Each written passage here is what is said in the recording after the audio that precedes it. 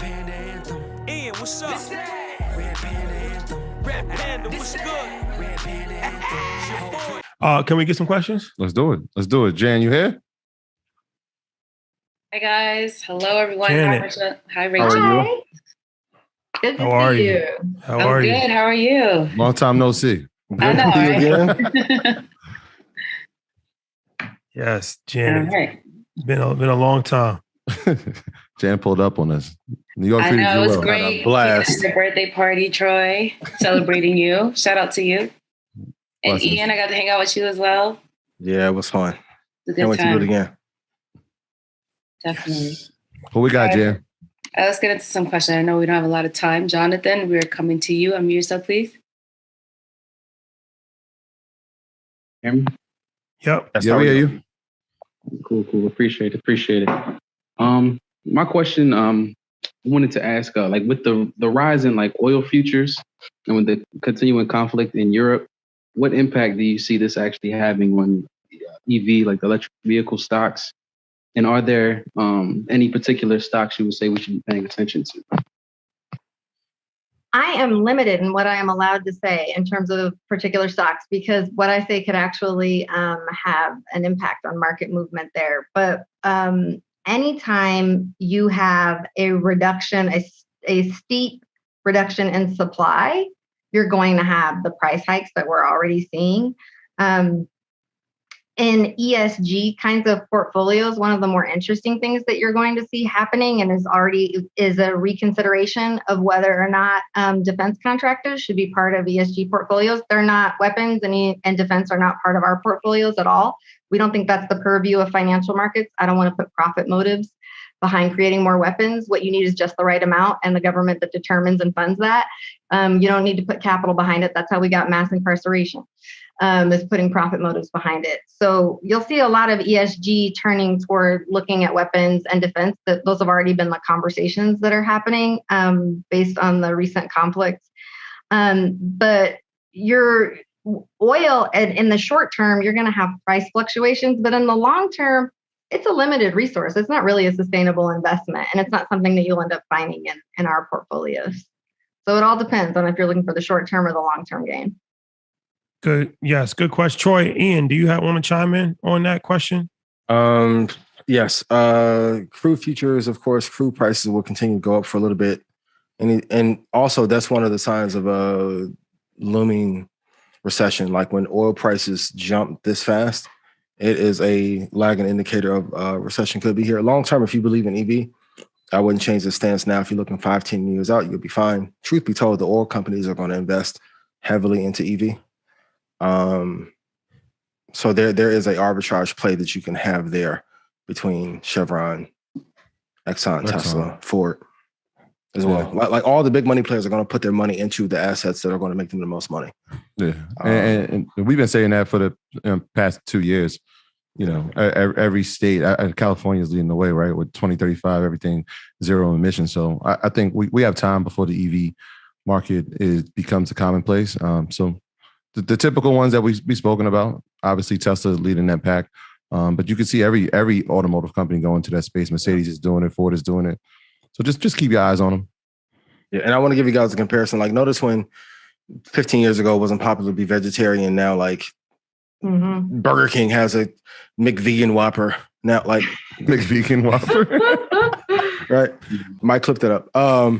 At some point, even the companies that are not, and she touched on it tonight, companies that are not truly, that don't care about social justice or the environment, they will begin to market themselves as that. You will see the same thing in EV. Mm-hmm. You're going to see oil companies and, companies that have damaged the earth then tell you, hey, we've learned from our mistakes from 80 years and we're now going to make a change, but for profit.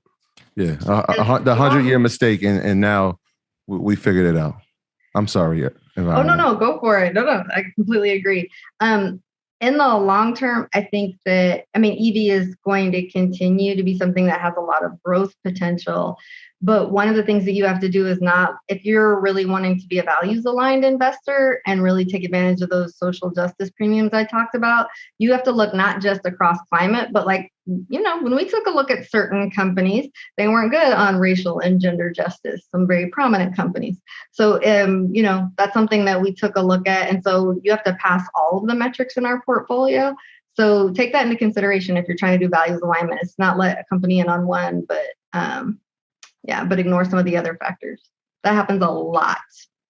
To play devil's advocate and to also advocate for you, does investing in social justice projects produce a higher alpha than the companies that have historically maybe been slightly more prejudiced? I'm trying to step on eggshells so they don't put this up and use this against you. Absolutely. I mean, as Dr. King said, the long arc of history bends toward justice. I mean, I want to be on that. Right? Like we want to be investing in the wave of the future. All we've done is actually move more in that direction. And so I think it just makes sense to be invested in companies that get that. And when they get it, they have to be pretty intentional about it because we're no joke. Speaking of the New York Times, when they interviewed us in the past, like they've said like it is the most rigorous set of screens they've ever seen. So, be rigorous, stay true to your values. And I actually really do. You can see if you go to our website, you can go to also take a closer look at our index. You can take a look at how our index tracks relative to the FTSE All Cap Global, and you can see over time how we're trending, and that there's some real premiums there. Yeah, I got the criteria right in front of me right now. All 61 measurements. Yeah, this is rigorous.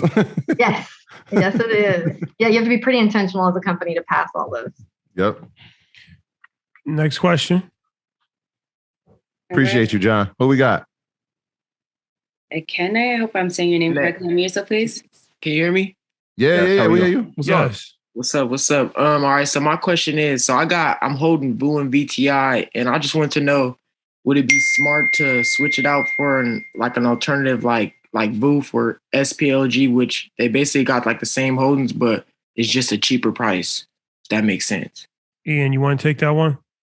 Yes. I would have you research who the backing from SPLG. Just because it's cheaper doesn't mean that it's better. I don't work for Vanguard. I get no inducements, no money incentives to endorse them. But yes, if you like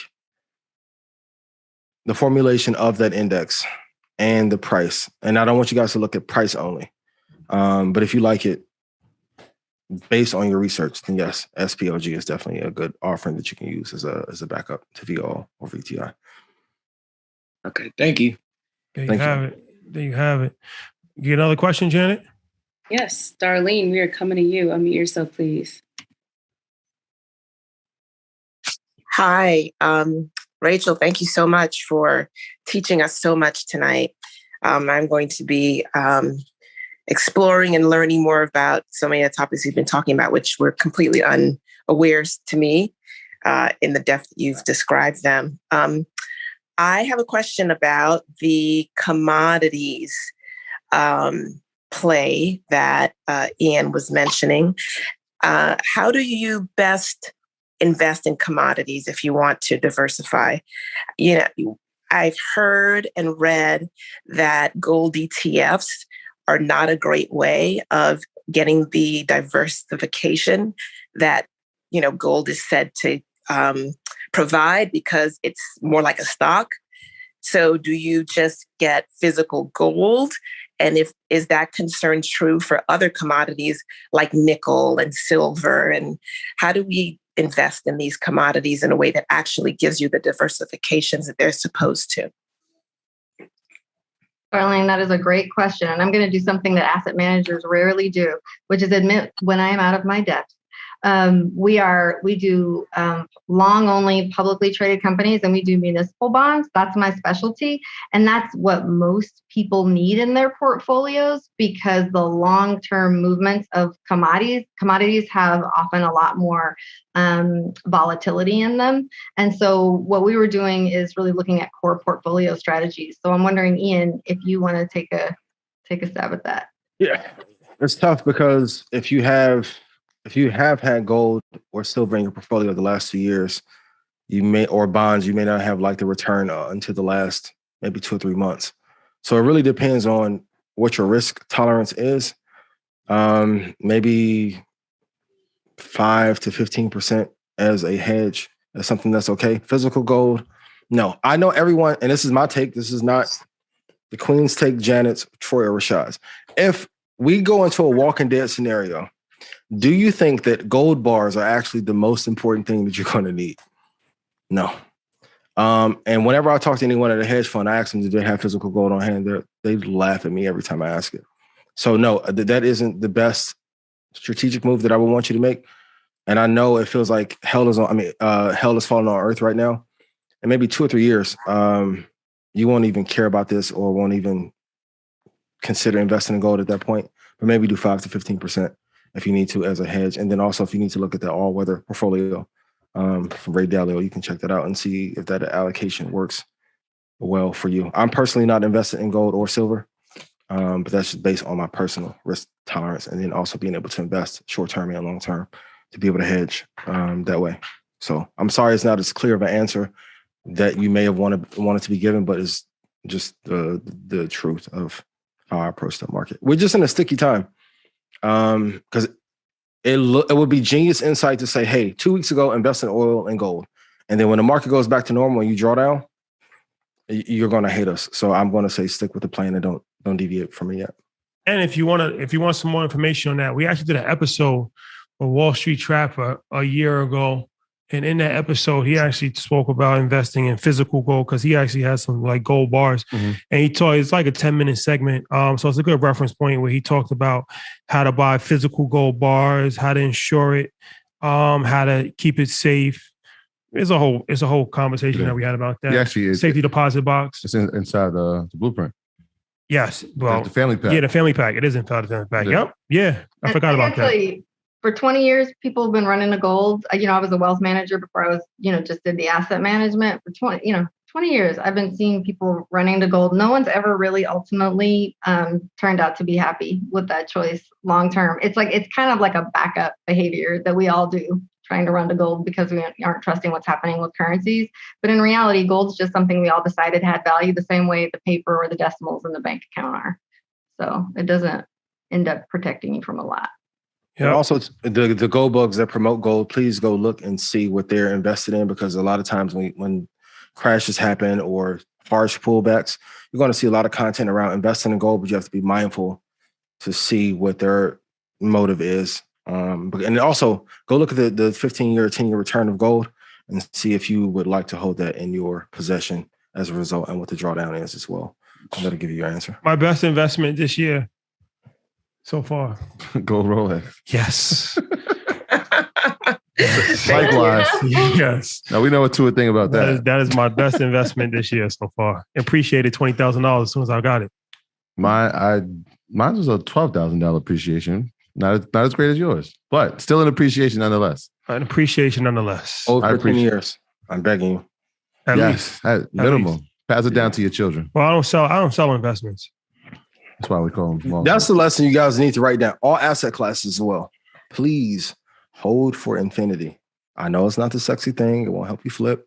And you can't go get the Maybach truck tomorrow. It's not, but it's actually, that's the one thing, because I had to work with directly advising wealthy people for many years. That's the one thing that they are able to be that those who are wealthy can't be, is patient.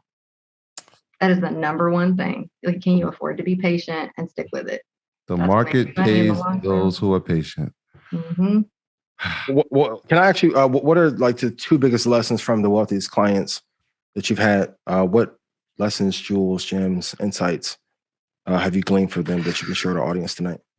I'm going to sound the a real little stuff. bit, I'm like, no, real, because I've been with clients that have been through a lot.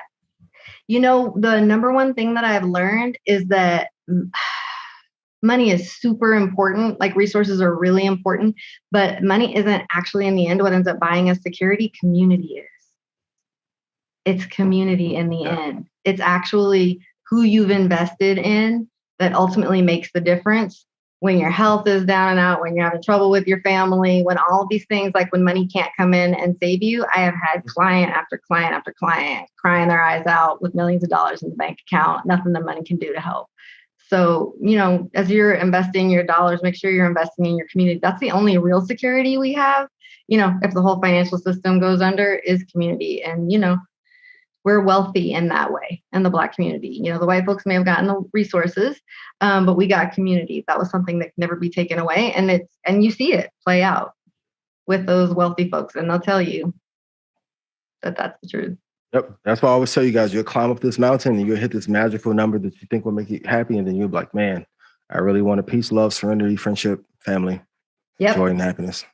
But you don't really realize it till you get to that number. And I was the same one watching YouTube. Like, if I hit that number, I'm going to have full of joy. You guys saw me hit the number. I don't have true joy. I'm working on it. Right? I'm telling you, you're going to hit the top of this mountain and then be like, man, that's it. Put yes in chat if some of you have hit your financial goal and you hit it and was like, damn, I'm disappointed. I thought I was going to feel more complete, more loved, more happy, more fulfilled. It's not it. It's just right community. So just invest in both. Like I said, don't not invest financially, but invest in both because you'll need both later on. Valuable lesson. I like that. Yes, community. In our community, we are heavily invested in our community. This is true. That's a fact. True. Yeah. This is true. That is a fact. This that Red Panda anthem. Ian, what's up? This that Red Panda anthem. Red Panda, what's good? Red Panda anthem. Whole foot going up. I know they can't stand it.